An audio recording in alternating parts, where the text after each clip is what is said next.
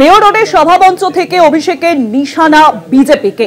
SIR অপরাজিতা বিল নিয়ে তো বিজেপিকে কটাক্ষ বিধানসভা ভোটে লড়াই নিয়েও। আজকে আমরা জানি যে তৃণমূলের যে মেগা সমাবেশ এবং সেই সমাবেশ থেকে তৃণমূলের সর্বভারতীয় সাধারণ সম্পাদক অভিষেক বন্দ্যোপাধ্যায় একাধিক ইস্যু নিয়ে তিনি সরব হন। আমরা জানি যে তার বক্তব্য কিন্তু শুরু হয় আরজিকর ইস্যুকে সামনে রেখে। সিবিআই কেন অপরাধীদের সঠিকভাবে ধরতে পারল না? আমরা জানি যে সিআই প্রথম কিন্তু কলকাতা পুলিশ এই ঘটনার তদন্ত করছিল এবং সেই ঘটনার তদন্তে প্রথমেই কিন্তু সঞ্জয় রায়কে দোষী সাব্যস্ত করা হয়। সিবিআই তাহলে এসে কি করলো? অপরাজিতা বিল কেন অনুমোদন করা হলো না? একাধিক ইস্যু নিয়ে আজকে সরব হন তৃণমূলের second in command Abhishek Bandyopadhyay. কি বলেছেন তিনি শোনাবো আপনাদেরকে।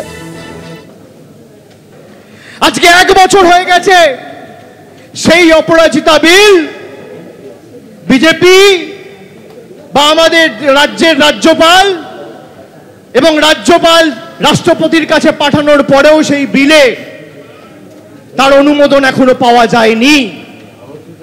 যারা সেদিন রাস্তায় নেমে এই ঘটনার প্রতিবাদ করেছিল তাদের উদ্দেশ্য শুধু দোষী শাস্তি পাক নয়, তাদের উদ্দেশ্য ছিল গরিব মানুষের যে স্বার্থে যে স্বাস্থ্য ব্যবস্থা মমতা ব্যানার্জির সরকার 2011 থেকে করেছে সেই স্বাস্থ্য ব্যবস্থাকে চূর্ণ বিচূর্ণ করে ভেঙে ফেলা।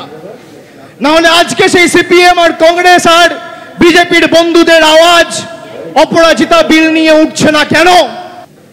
আজকে ভারতবর্ষ জুড়ে সাধারণ মানুষ নিজের ভোটাধিকার প্রয়োগ করে পছন্দের সরকার নির্বাচিত করত বা বাঁচত। আর আজকে কি দেখছি, বর্তমান কেন্দ্রের সরকার নিজেদের সরকারের স্থায়িত্ব বাড়াতে আর নিজেদের সরকারের স্বার্থ রক্ষা করতে ভারতবর্ষ জুড়ে ভোটার বেছে নিচ্ছে। আগে মানুষ সরকার বাঁচত, আর আজ সরকার মানুষ অর্থাৎ ভোটার বাঁচছে। হঠাৎ করে সংশোধন পরিবর্তন করার আইন নিয়ে চলে এলো আজ থেকে 4 দিন আগে। রাতের অন্ধকারে আইন পাস করিয়ে তারা ভেবেছিল যে ভারতবর্ষটাকে নিজের ময়ূরসী পাট্টা করে রাজত্বে আর পৈতৃক সম্পত্তিতে পরিণত করব।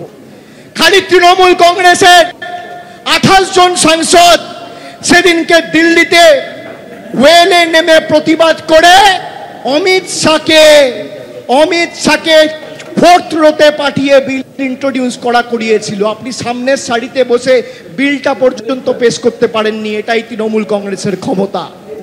মমতা বন্দ্যোপাধ্যায়কে বাংলা থেকে সরানোর কথা বলে তাদেরকে বলবো, তৃণমূল কংগ্রেসের নেত্রীর সাথে পরে লড়বে, আগে ছাত্র যুবর সাথে মোকাবেলা করো, তারা 10-0 গোলে তোমাদের প্রতিহত করবে।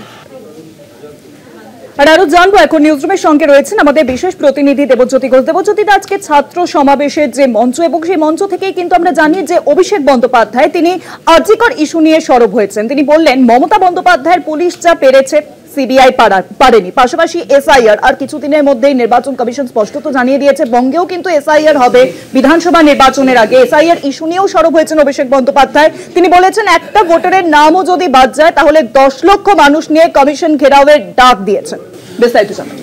ঢাকা সুবাংলা আজকে অভিষেক বন্দ্যোপাধ্যায় গান্ধী মূর্তির পাদদেশ থেকে তীব্র ভাষায় ভারতীয় জনতা পার্টিকে আক্রমণ করেছেন, জাতীয় নির্বাচন কমিশনকে আক্রমণ করেছেন এবং বিভিন্ন এজেন্সিকে আক্রমণ করেছেন। দেখো, কয়েকদিন আগে ফিরে গেলে অর্থাৎ এই দিনেই গত বছর অভিষেক বন্দ্যোপাধ্যায় এবং মমতা বন্দ্যোপাধ্যায় সমস্বরে এই মঞ্চ থেকেই এজেন্সির বিরুদ্ধে সোচ্চার হয়েছিলেন এবং মমতা বন্দ্যোপাধ্যায় যে বিল এনেছিলেন অপরাজিতা বিল, সেই বিলকে যদি ভারতীয় জনতা পার্টি সমর্থন করতে চায় তাহলে কিন্তু অবিলম্বে বিলকে সই করা উচিত বলে মমতা বন্দ্যোপাধ্যায় অভিষেক বন্দ্যোপাধ্যায় সমস্যারে কিন্তু এই 28 আগস্টের 2024 তারা মন্তব্য করেছিলেন। সেই বিল কিন্তু 1 বছর অতিক্রান্ত, এখনো পর্যন্ত সেই বিল কিন্তু রাষ্ট্রপতির অফিস থেকে সই হয়ে রাজ্যপালের কাছে আসেনি। সেই বিল কিন্তু আইনের মুখ কিন্তু দেখেনি।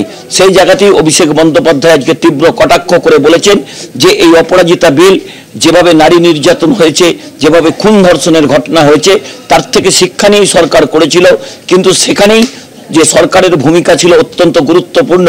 কিন্তু কি কারণে সেই বিলকে সই করা হলো না, কি কারণে সেই বিলকে আইনে পরিণত করা হলো না, তা নিয়ে তিনি মুখ খুলেছেন। অন্যদিকে তিনি কেন্দ্রীয় এজেন্সির পাশাপাশি তিনি জাতীয় নির্বাচন কমিশনকেও তীব্র আক্রমণ করেছেন। তিনি বলেছেন যদি 10 জনের ভোটাধিকার জাতীয় নির্বাচন কমিশন কেড়ে নেয় তাহলে 10 লক্ষ মানুষকে নিয়ে তিনি কিন্তু জাতীয় নির্বাচন কমিশনের অফিস ঘেরাও করবেন।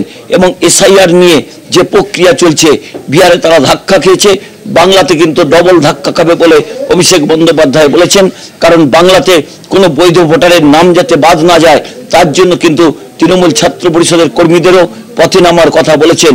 অন্যদিকে মমতা বন্দ্যোপাধ্যায়, অভিষেক বন্দ্যোপাধ্যায় সমস্যারে কেন্দ্রীয় এজেন্সিকে আক্রমণ করেছেন। তিনি বলেছেন যে তাদের এজেন্সি রয়েছে, বিভিন্ন সংস্থা রয়েছে, তাদের সংবাদ মাধ্যম রয়েছে, কিন্তু বাংলার 10 কোটি মানুষ তৃণমূল কংগ্রেসের পাশে রয়েছে। এবং সেখানেই পরিসংখ্যান তুলে ধরে বলেছেন 2011 সালে তারা যে আসন পেয়েছিল 2016-তে তার চেয়ে বেশি আসন পেয়েছে, 2021-এ তার চেয়ে বেশি আসন পেয়েছে, 2026-এও যে তারা সেই লক্ষ্যমাত্রা অতিক্রম করবে তাও কিন্তু আজকে অভিষেক বন্দ্যোপাধ্যায় বলেছেন। অর্থাৎ প্রথম থেকে শেষ পর্যন্ত তিনি ভারতীয় জনতা পার্টিকে যেমন আক্রমণ করেছেন, তিনি সংবাদ মাধ্যমের একাংশকে আক্রমণ করেছেন এবং বিচার ব্যবস্থার একাংশকে আক্রমণ করেছেন। এবং সেখানে তিনি কোনো বিচারকের নাম না বললেও হাইকোর্টের বেশ কিছু রায় নিয়ে অভিষেক বন্দ্যোপাধ্যায় আজকে প্রশ্ন তুলেছেন এবং বলেছেন তারা সুপ্রিম কোর্টে গেছিলেন, সেখানেই তারা বিচার পেয়েছেন। সেই জন্য মানুষ কিন্তু আজকে পরীক্ষায় বসতে পেরেছে। ডাক্তারি ছাত্রছাত্রীদের জীবন নিয়ে যে ছেলে খেলার চেষ্টা হয়েছিল তা কিন্তু এই সুপ্রিম কোর্ট তাদের সেই দাবিকে মান্যতা দিয়েছে। অর্থাৎ প্রথম থেকে শেষ পর্যন্ত আজকে ছাত্র সমাজদের কাছে অভিষেক বন্দ্যোপাধ্যায় বার্তা দিলেন যে 26-এর বিধানসভা নির্বাচন আসছে, লক্ষ্য তাদের স্থির, ভারতীয় জনতা পার্টিকে হারাতে হবে, তার জন্য সর্বশক্তি দিয়ে ঝাঁপিয়ে পড়তে হবে।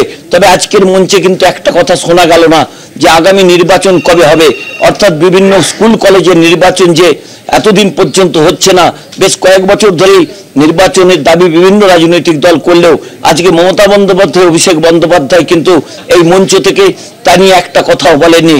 অর্থাৎ 26-এর লক্ষ্য কিন্তু ভারতীয় জনতা পার্টির বিরুদ্ধে কিভাবে লড়াই করতে হবে তা কিন্তু আজকে মমতা বন্দ্যোপাধ্যায়, অভিষেক বন্দ্যোপাধ্যায় গান্ধী মূর্তিতেই ছাত্রদের সামনে বার্তা তুলে ধরলেন। শুভাঙ্গী, একদমই অনেক ধন্যবাদ দেবজ্যোতি। নিউজরুমের সঙ্গে ছিলেন আমাদের বিশেষ প্রতিনিধি দেবজ্যোতি ঘোষ।